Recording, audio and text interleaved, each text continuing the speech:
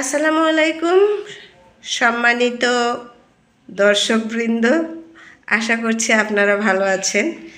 আমার সামনে যিনি আছেন আপনারা হয়তো কেউ কেউ চেনেন, এই ভদ্রমহিলা মরিয়ম জামিলা সুবা।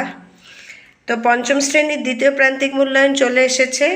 তো ওকে আমি রাখাল ছেলে থেকে কিছু ইম্পর্টেন্ট প্রশ্ন করব, দেখি ও পারে কিনা। তুমি রেডি?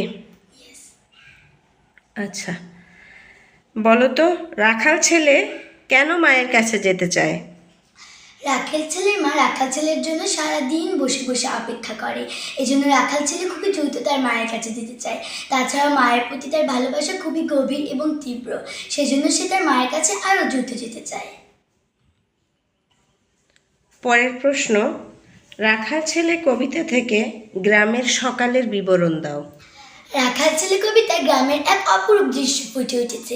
এই গ্রামটি দেখতে খুবই সুন্দর। এখানে কলার পাতা বাতাসে দোলে এবং শিশির জড়া ঘাসগুলি দেখতে মনে হয় যেন ঠিক এগুলোই সে রাত্রের স্বপ্নে দেখেছিল।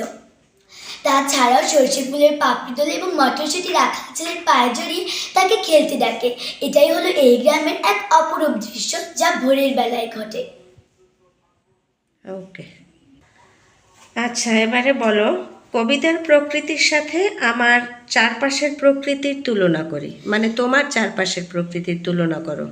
আচ্ছা, রাখাল ছেলে কবিতায় গ্রামের এক অপরূপ দৃশ্য ফুটে উঠেছে। এই গ্রামটি সবুজের মাঝখানে অবস্থিত। এই গ্রামটি দেখতে এত ভালো লাগে যা আর তোমাদেরকে কি বলবো।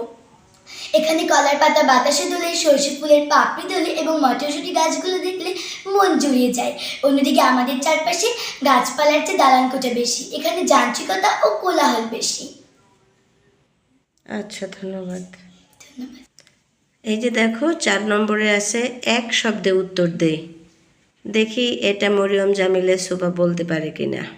তুমি রেডি? ইয়েস। আচ্ছা বলো, গায়ের পথটি কেমন? বাঁকা। কুটিরটি কেমন? ছোট। সকালের রোদটা কেমন? মিঠেল বা কোমল। কোন আকাশে রঙিন মেঘ দেখা যাচ্ছে? পূব আকাশে বা পূর্ব আকাশে। ঘুম থেকে ওঠার পর কেমন ঘাস দেখা যায়? শিশির ছড়া।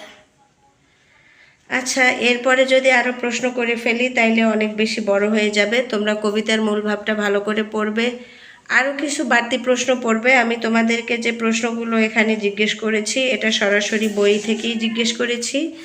এই যে দেখো এখানে গ, ঘ, ঙ, এই 3টে প্রশ্ন খুবই গুরুত্বপূর্ণ। তোমরা আশা করছি ভালোভাবে বাসায় পড়ে নেবে। তো আজ এ পর্যন্তই। সবাই ভালো থেকো, সুস্থ থেকো। আল্লাহ হাফেজ।